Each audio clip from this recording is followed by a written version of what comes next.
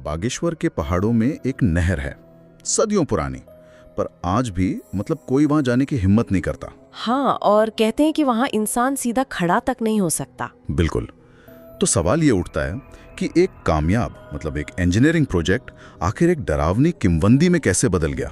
चलिए आज इसी पहेली को सुलझाते हैं। और इस पहेली की जड़ वो एक बहुत ही बुनियादी जरूरत से शुरू होती है, पानी की कमी। हाँ, गांव में पानी की बहुत ज्यादा किल्लत थी, तो फैसला हुआ कि उस चट्टान को काट कर एक नहर बनानी पड़ेगी, और ये कोई आसान काम नहीं था। यहीं से एक कहानी शुरू होती है।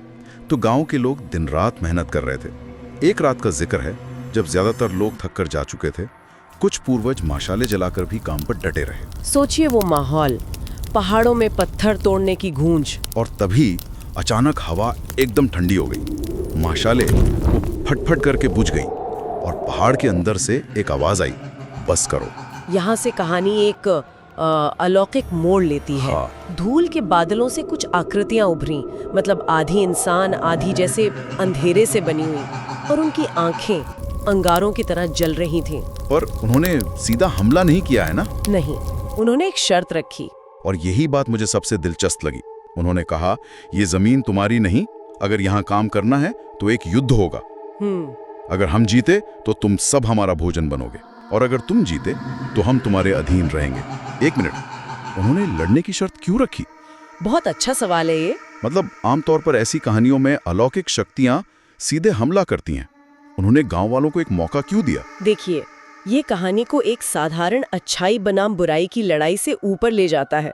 जब कोई ऐसी शक्ति नियम और शर्तें रखती है तो वो सिर्फ एक दानव नहीं रह जाती। तो फिर वो क्या है? वो प्रकृति की एक ऐसी ताकत बन जाती है जिसके अपने उसूल हैं।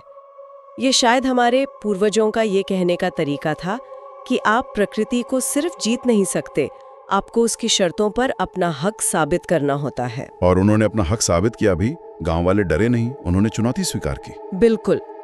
और पूरी रात लड़ाई चली। हथियार क्या थे? सिर्फ पत्थर और लोहे के टुकड़े। हवा में आग और चीखों की गूंज थी। और जैसे ही सूरज की पहली किरण उस पहाड़ पर पड़ी, वो अंधेरे के प्राणी हार गए। एक भयानक चीख के साथ वो धूल में विलीन हो गए। और हारने के बाद उन्होंने अपना वादा निभाया।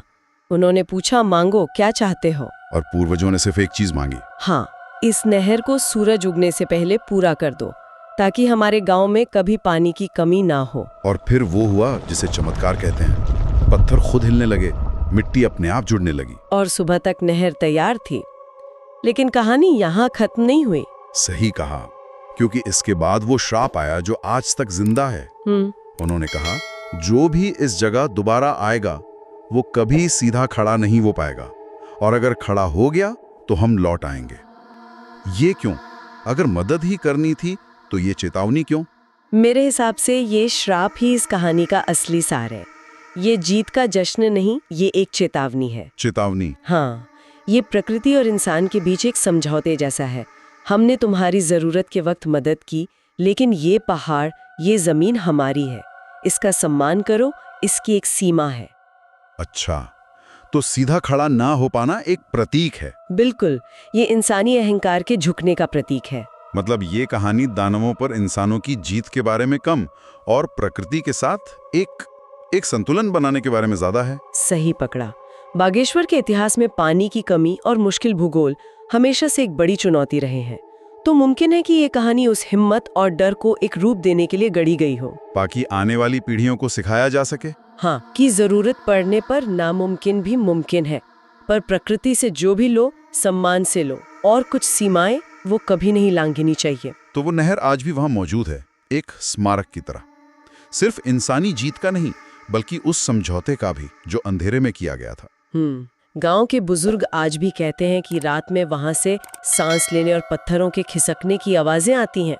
डरावना है। तो ये कहानी एक सवाल छोड़ जाती है, क्या ये लोक कथाएं सिर्फ गुजरे जमाने के अंधविश्वास है, या ये वो डेटा है जिसे हमारे पूर्वजों ने कहानियों में एनकोड किया ताकि हम पर्यावरण और अपने लालच के बीच का संतुलन समझ सकें? एक ऐसी जीत जिसकी कीमत आज भी वो सुनसान नहर और उसकी खामोशी चुका रही है। शायद ये याद दिलाने के लिए कि कुछ चीजें हम हासिल तो कर लेते हैं पर उनके मालिक कभी नहीं बन पाते।